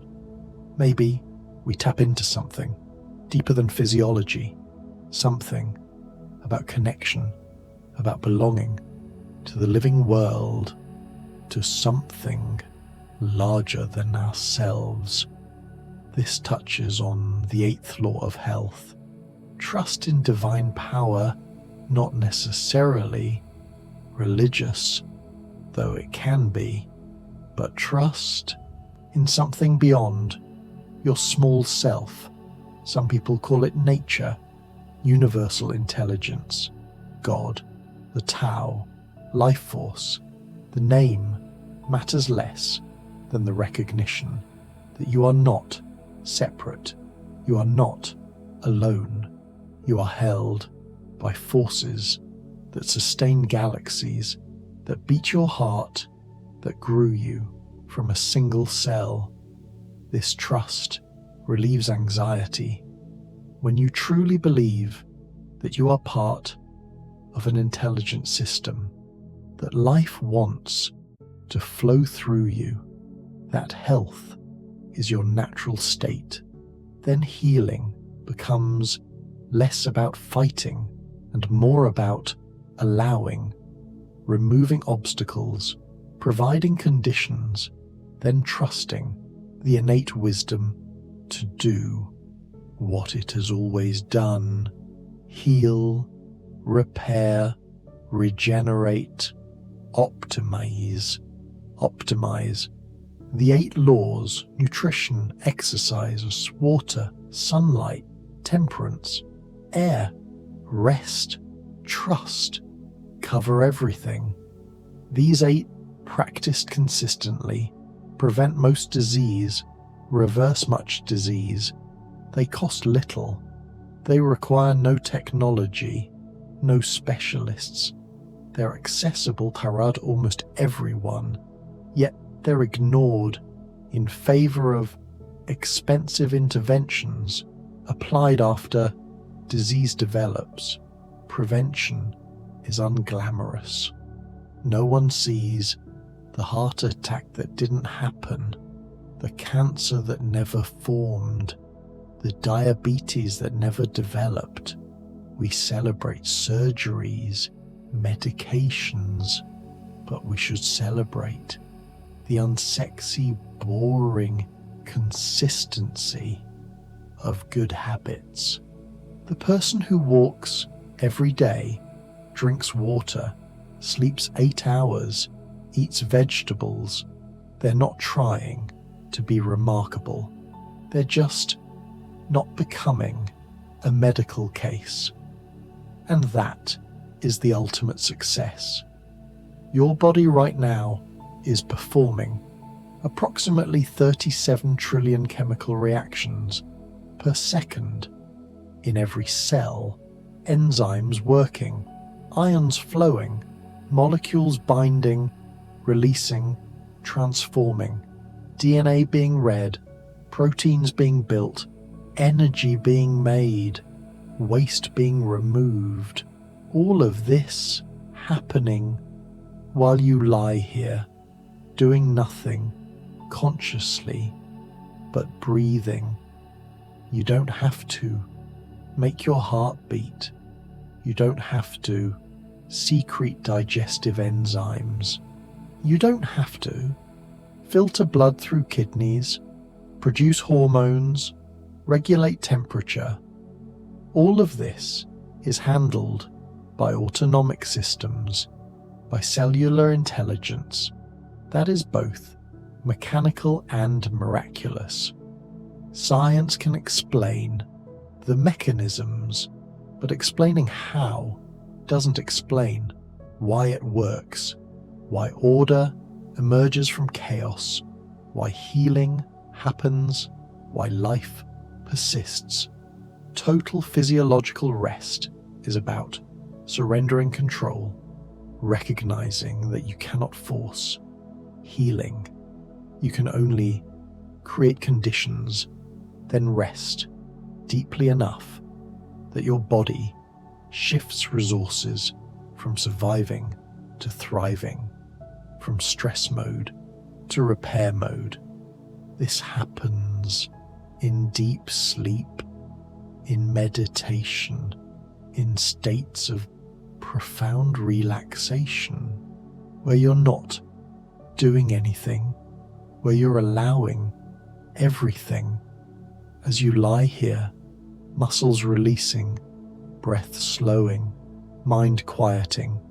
You're providing that rest, that permission to heal every system, taking this opportunity, this pause to catch up on maintenance, telomeres being protected, DNA being repaired, proteins being unfolded and refolded, mitochondria being cleaned, waste products being cleared, new cells being born, old cells being recycled.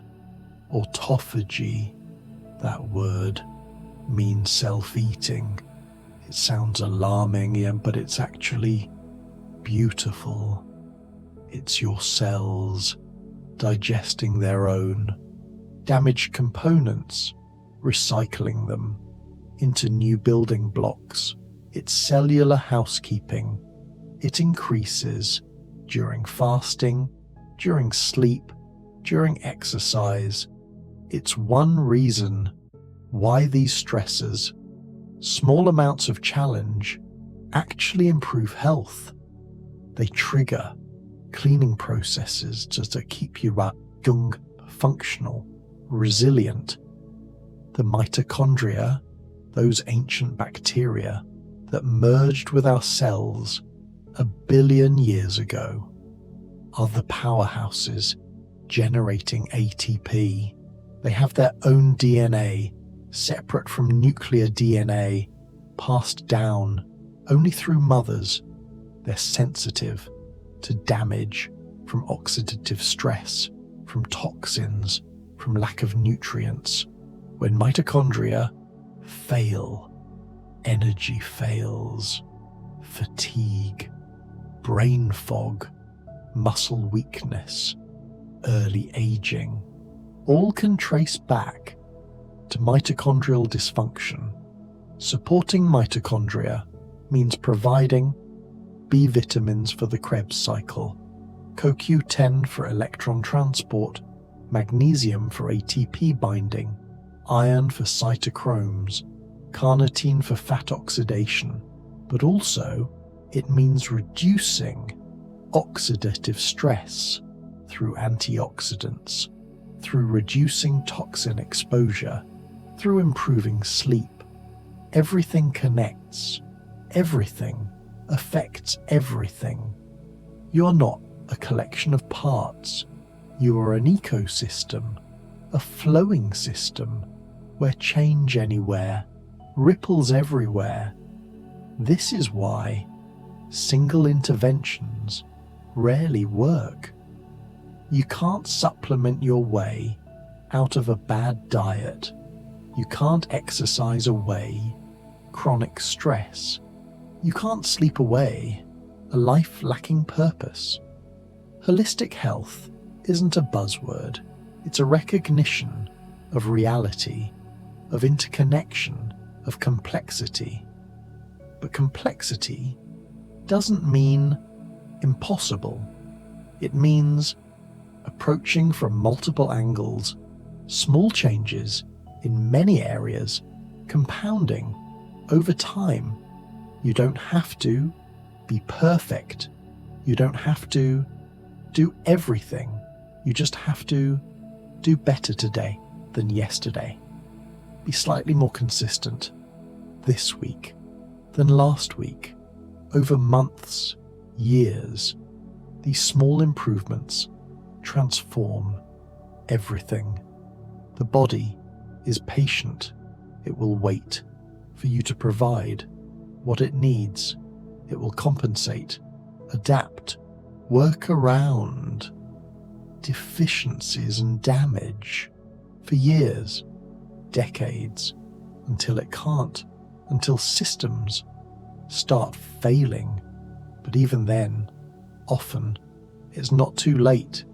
People reverse type 2 diabetes in weeks, high blood pressure in months, autoimmune symptoms diminish, energy returns, weight normalizes. When given the right conditions, the body heals. This isn't alternative medicine. This is foundational medicine. Medicine before medicine. The Hippocratic teaching. Let food be thy medicine. Let medicine be thy food. He also said, first, do no harm. Modern medicine, powerful as it is, often harms. Side effects cascade into more medications, more side effects. The original problem gets lost beneath layers of interventions. Sometimes, absolutely, modern medicine is necessary. Antibiotics for bacterial infections, surgery for acute trauma, insulin for type 1 diabetes. This isn't about rejecting modern medicine. This is about not needing it in the first place, or needing less as a foundation of health supports the whole system. Mineral-rich clay, specifically montmorillonite clay, bentonite, has been used for millennia. Internally, it absorbs toxins, heavy metals in the gut, preventing reabsorption, facilitating elimination. Externally, as a mask, it draws impurities from skin. The clay particles are negatively charged. Toxins, heavy metals, are often positively charged. Electromagnetic attraction pulls toxins into the clay, which is then washed away. A tablespoon of bentonite clay in water once daily can support detoxification. Take it away from food, away from supplements, because it binds everything. It makes stool firmer, darker, sometimes slightly grey.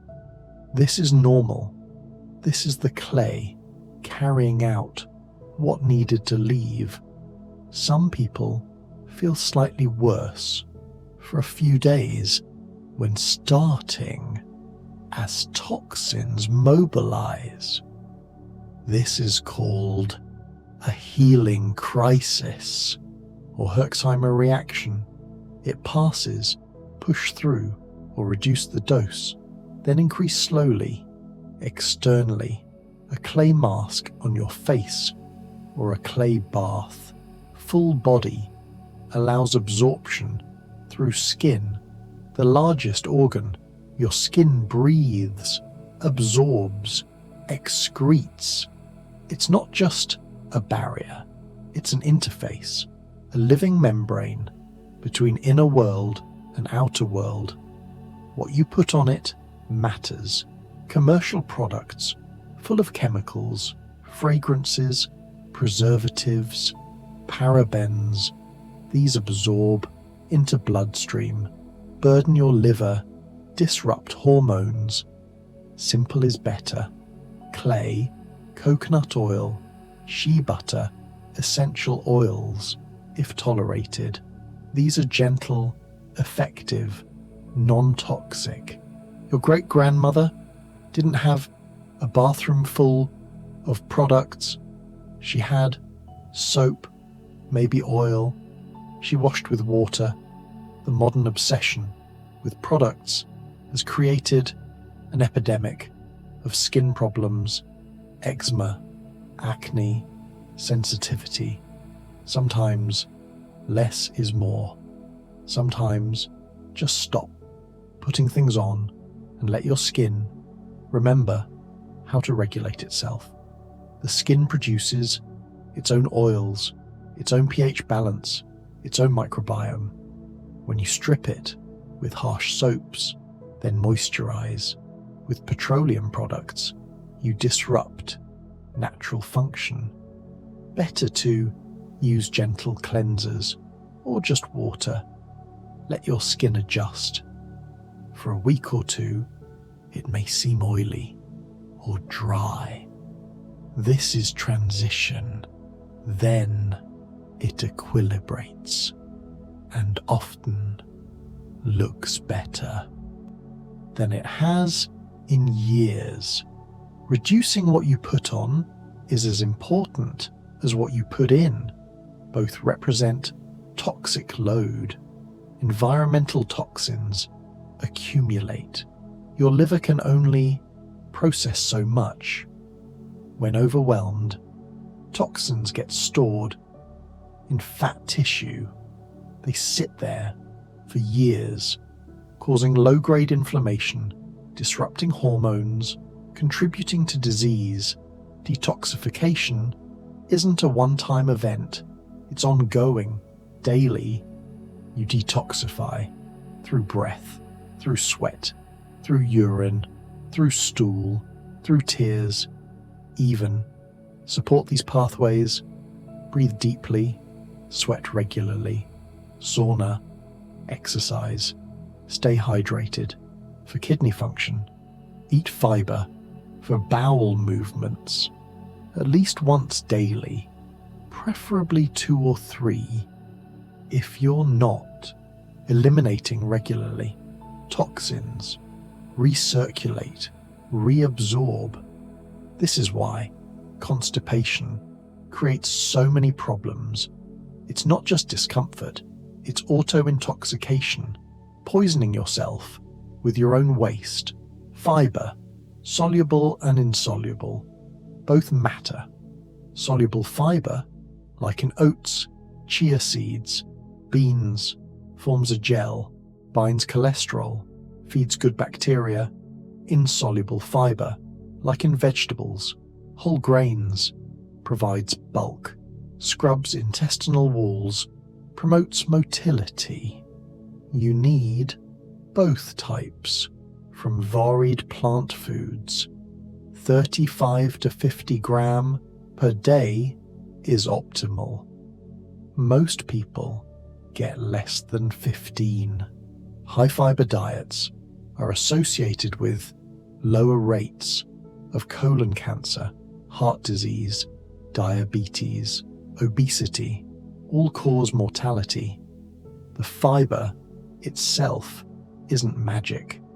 But foods high in fiber are whole plant foods, rich in nutrients, low in processed junk. So, fiber is a marker of an overall healthy diet. Still, the physical bulk, the fermentation products, the effects on blood sugar and cholesterol, these are direct benefits of fiber itself. Fermented foods, we mentioned. But let's go deeper. The fermentation process pre-digests food, breaks down anti-nutrients, creates new vitamins, B vitamins especially, produces organic acids that support gut pH, and of course, introduces beneficial bacteria. Each fermented food has its own microbial profile. Sauerkraut differs from kimchi, differs from kefir, differs from miso. Variety in fermented foods creates diversity in your microbiome. More species means more resilience. If one species gets knocked out by antibiotics or stress or dietary change, others can compensate. A diverse microbiome is a healthy microbiome.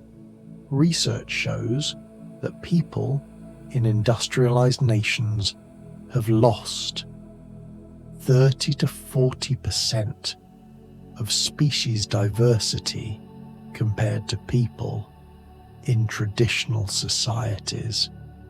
This loss correlates with rises in allergies, autoimmunity, inflammatory disease. Can you restore diversity by eating fermented foods? Somewhat, but also important is eating diverse plants. 20 to 30 different plant species per week. Each plant contains unique fibers, unique polyphenols that feed different bacteria. Your microbiome reflects your diet.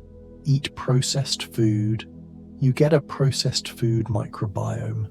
Eat diverse plants, you get a diverse, adaptable, beneficial microbiome, and your microbiome talks to your brain.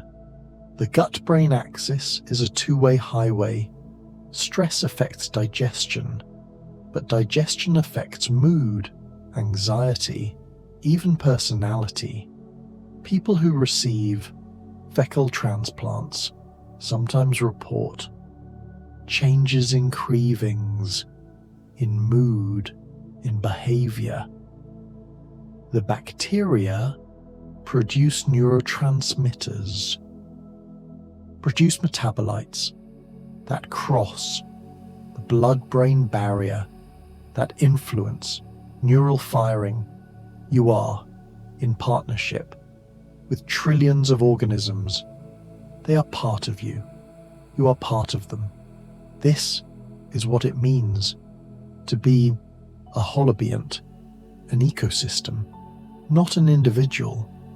Your identity, if you examine closely, is porous. You're not separate right from the food you eat. It becomes you.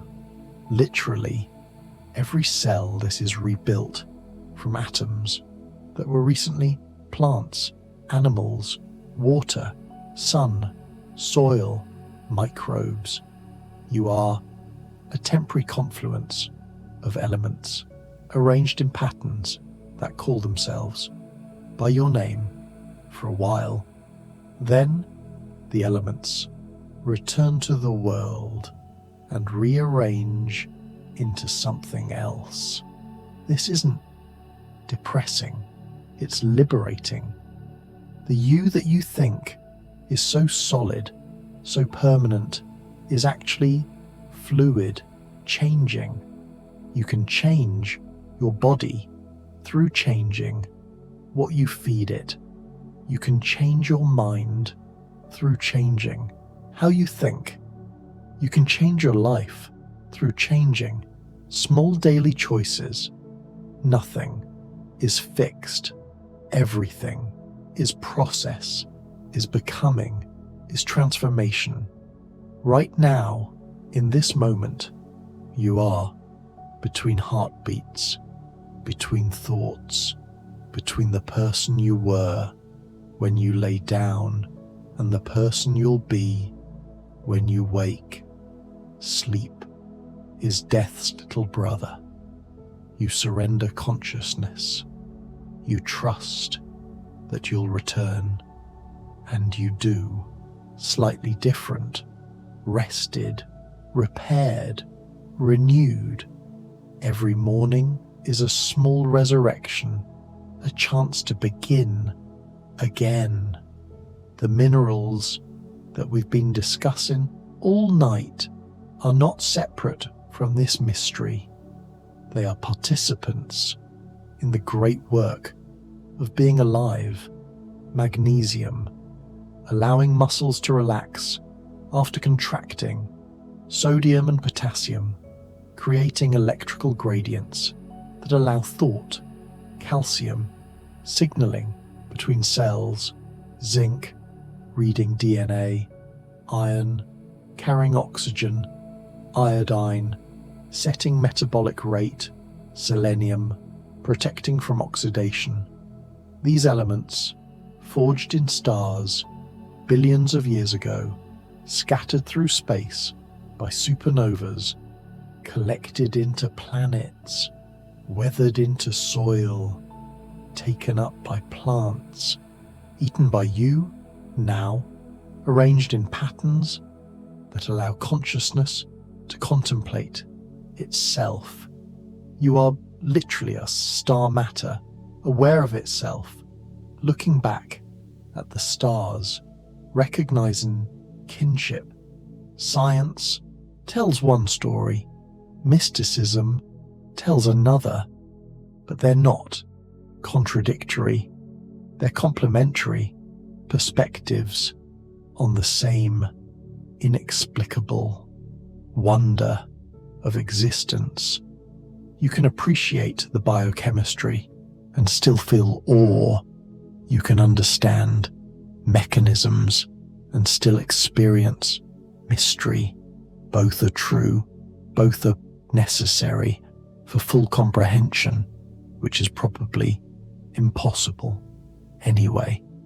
So we let go of needing to understand and sink into simple being, your body knowing what to do, breath flowing in and out, heart beating, steady, blood circulating, delivering nutrients, collecting waste, kidneys filtering continuously, liver transforming, intestines absorbing, brain dreaming or not dreaming, or hovering in that space between waking and sleeping, that hypnagogic realm where images arise without storylines, where thought dissolves into feeling, into sensation, into nothing. And in this nothing, in this empty space, everything heals, inflammation cools, cortisol drops, growth hormone rises, melatonin floods your system, serotonin converts to melatonin in your pineal gland, the tiny pinecone-shaped structure deep in your brain, the ancient third eye, the seat of the soul, according to Descartes, producing a hormone that synchronizes your entire body almost to the rhythm of darkness and light. Without melatonin, you don't sleep well, but melatonin does more than sleep. It's a powerful antioxidant, more potent than vitamin C. It scavenges free radicals, especially in the brain. It supports mitochondria. It modulates immunity. It may prevent cancer through multiple mechanisms. This is why shift workers who sleep during day have higher rates of cancer, of metabolic disease, of depression, because their melatonin never properly rises. Their circadian rhythm is perpetually disrupted. If you work shifts, if you travel across time zones, support yourself with timing of light exposure, darkness, eating times, melatonin supplements. Short-term may help, but long-term, the solution is consistent rhythm, same sleep time, same wake time, every day, including weekends. Your body craves rhythm. It evolved with sunrise, sunset, seasons, moon phases. These rhythms are coded in your genes. When disrupted, everything suffers. But here, tonight, you're aligned. You're in bed, in darkness, in silence, or near silence. The world is quiet. Most people are sleeping. There's a collective lowering of energy in the night. Even cities that never sleep have quieter hours Fewer cars, fewer lights, less activity. You can feel it if you're awake at 3 a.m. The quality of silence is different, deeper, more complete, as if the whole world is resting, dear seer, in the palm of darkness.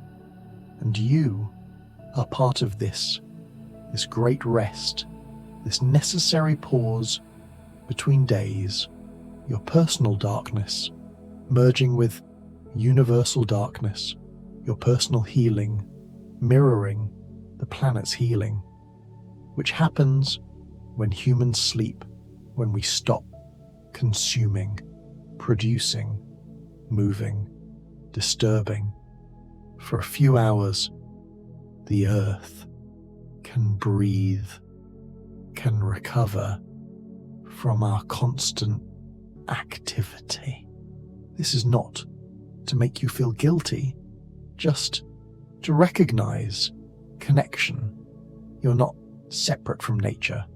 You are nature, Homo sapiens, one species among millions, subject to the same laws, requiring the same conditions: air, water, food, rest.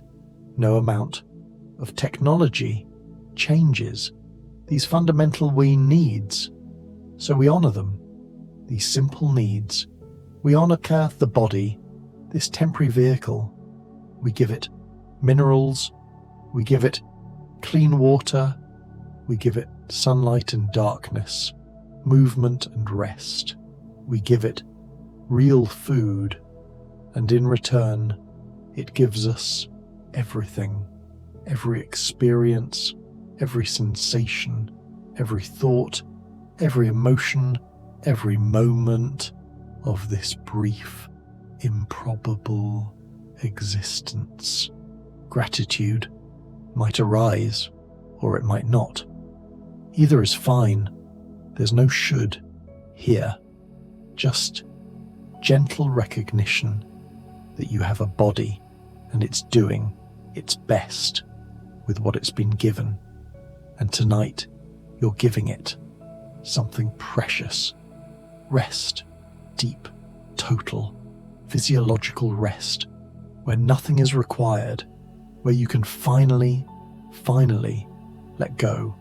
Your jaw completely slack, tongue heavy, in your mouth, eyes still under closed lids, eyebrows smooth, forehead soft, scalp relaxed, neck long, shoulders dropped, melted, miles away from your ears, chest open, soft, rising and falling so slowly, belly round, soft, no holding, arms heavy as stone, hands open, curled gently or not, long, heavy feet apart, toes pointing wherever they point, the entire back body pressed into support, held, completely held by the surface beneath you. Nothing to do, nowhere to go, nothing to think about, just this breath, this moment, this letting go. The body keeps healing in ways we've discussed, and ways beyond words. The minerals finding their places, the cells communicating, the ancient wisdom of physiology unfolding as it has for millions of years. You don't have to help. You don't have to try. You just have to not interfere, have to get out of your own way and let the intelligence that grew you from one cell, that beats your heart, that digests your food, that heals your cuts, do what it does perfectly, effortlessly, endlessly. Deep mineral balance and sacred rest. These are not separate things. They are aspects of the same commitment, the commitment to honor this life, this body, this moment, to provide what is needed and to release what is not, to trust in the process and to rest in the darkness, where all transformation truly begins. And so we drift.